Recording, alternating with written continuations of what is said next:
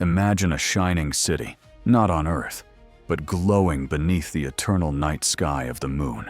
A city where astronauts lived, worked, and raised the American flag, not just as visitors, but as settlers. What if I told you NASA once had a real plan to build exactly that? A permanent lunar base with domes, tunnels, nuclear reactors, and even farms. A city on the moon that nearly became reality. This is the forgotten story of the lunar metropolis that almost was. Welcome back to the channel, where we uncover the hidden chapters of history, science, and space exploration. Today, we're diving deep into the incredible, almost unbelievable tale of NASA's forgotten dream. The city on the moon that NASA almost built. Grab your space helmet, because this story takes us closer to the stars than most people ever realize. The 1960s weren't just about hippies, rock music, and civil rights. It was also the decade of the space race, a time when the United States and the Soviet Union weren't just competing on Earth, but racing to conquer the heavens. President John F. Kennedy's famous 1961 declaration, "We choose to go to the moon," ignited a national obsession. NASA went into overdrive, spending billions to design rockets, landers, and life support systems. But here's the secret few know. NASA wasn't only planning to land on the moon. They were planning to stay there. In 1959, years before Apollo ever touched the lunar surface, military strategists and NASA engineers drafted a classified proposal. It was called Project Horizon. The idea? By the mid-1960s, the United States would build a permanent, military-style base on the moon. Not just a research station, but a fortress in space. Blueprints showed astronauts constructing buried living quarters beneath the lunar surface, shielding themselves from cosmic radiation and meteor strikes.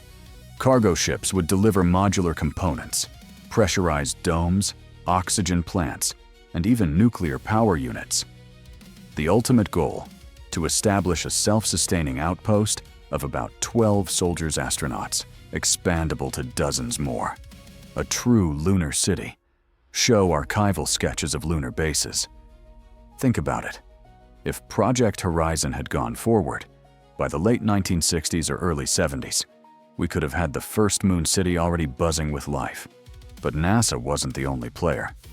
The US Air Force had its own plan, Operation Lunex.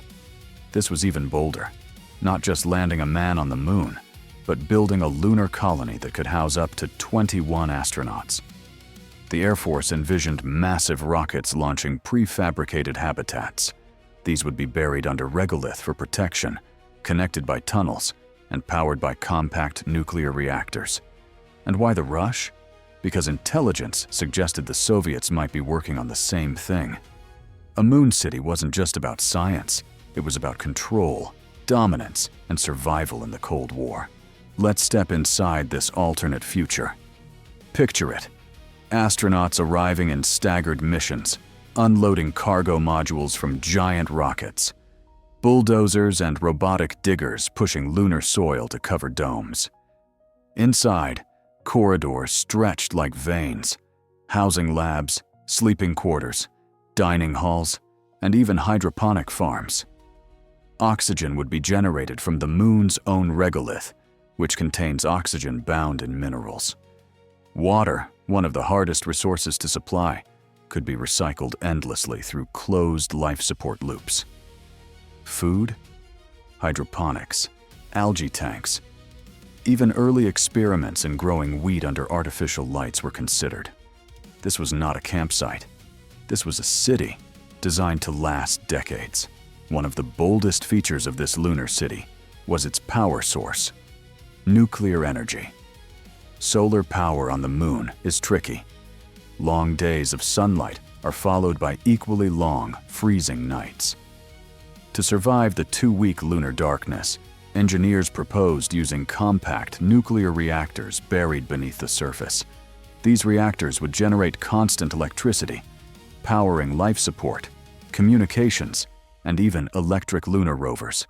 In other words, the city would literally glow with atomic light beneath the barren lunar sky. So why didn't it happen? The answer is simple and complicated. First, cost. Project Horizon was estimated at $6 billion in 1959. That's more than $60 billion today. And that was before Apollo had even proven a manned landing was possible. Second, politics. As the Cold War shifted, focus moved from the moon to nuclear deterrence in Vietnam. The urgency faded. And third, treaties. In 1967, the United States signed the Outer Space Treaty, agreeing that no nation would militarize or claim territory on celestial bodies. The Moon City dream quietly dissolved, buried under paper and politics. But here's the astonishing part. The blueprints, reports, and concept art still exist. NASA and the military poured countless hours into designing this lunar metropolis, from how waste would be recycled, to how astronauts would fight off depression and isolation, to how communications would beam across 240,000 miles back to Earth. It was all thought through. And even though the city never rose from the dust, these studies weren't wasted. They directly shaped the Apollo program, the Space Shuttle, and even today's Artemis program, which once again aims to put humans back on the moon, this time to stay. So let me ask you, was this dream abandoned or only delayed?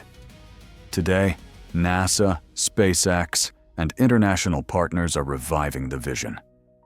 Plans for Artemis include building a permanent lunar base called the Lunar Gateway and surface habitats on the moon's south pole, where water ice could provide life support and rocket fuel.